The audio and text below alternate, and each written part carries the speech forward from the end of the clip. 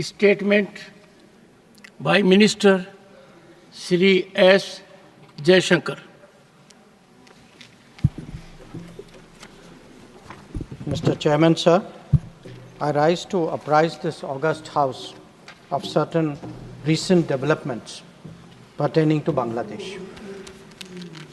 As honorable members are aware, India-Bangladesh relations have been exceptionally close for many decades over many governments. Concern about recent violence and instability there is shared across the political spectrum.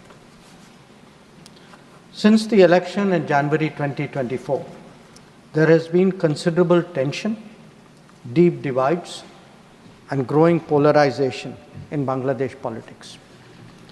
This underlying foundation aggravated a student agitation that started in June this year. There was growing violence, including attacks on public buildings and infrastructure, as well as traffic and rail obstruction.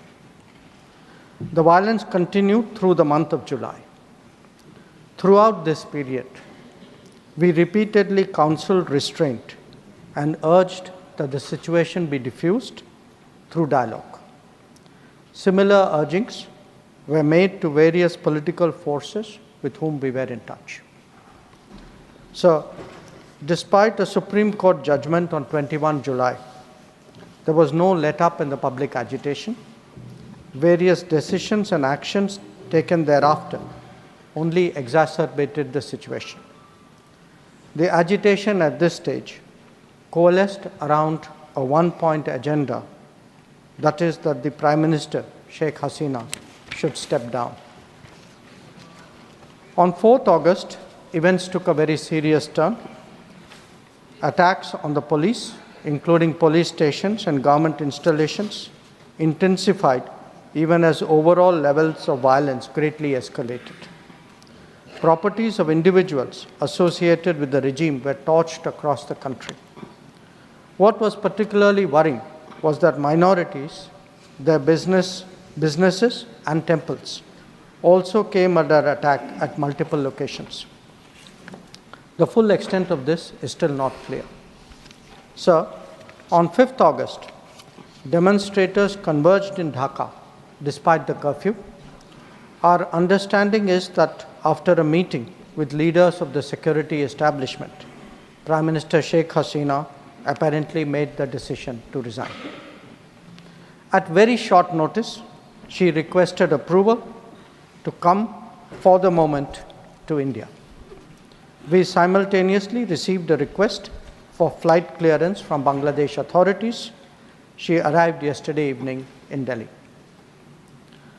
The situation in Bangladesh, sir, is still evolving. The Army Chief, General Waqar-uz-Zaman, addressed the nation on 5th August. He spoke about assuming responsibility and constituting an interim government. We are in close and continuous touch with the Indian community in Bangladesh through our diplomatic missions. There are an estimated 19,000 Indian nationals there, of which about 9,000 are students. The bulk of the students, however, have already returned to India in the month of July on the advice of the High Commission. In terms of our diplomatic presence, in addition to the High Commission in Dhaka, we have Assistant High Commissions in Chittagong, Rajshahi, Khulna, and Sylhet. It is our expectation that the host government will provide the required security protection for these establishments. We look forward to their normal functioning once the situation stabilizes. Chairman, sir, we are also monitoring the situation with regard to the status of minorities. There are reports of initiatives by various groups and organizations to ensure their protection and well-being. We welcome that, but will naturally remain deeply concerned till law and order is visibly restored. Our border guarding forces have also been instructed to be exceptionally alert in view of this complex situation. In the last 24 hours, we have also been in regular touch with the authorities in Dhaka. This is the situation as of now. I seek the understanding and support of the House in regard to sensitive issues regarding an important neighbor on which there has always been strong national consensus. Thank you.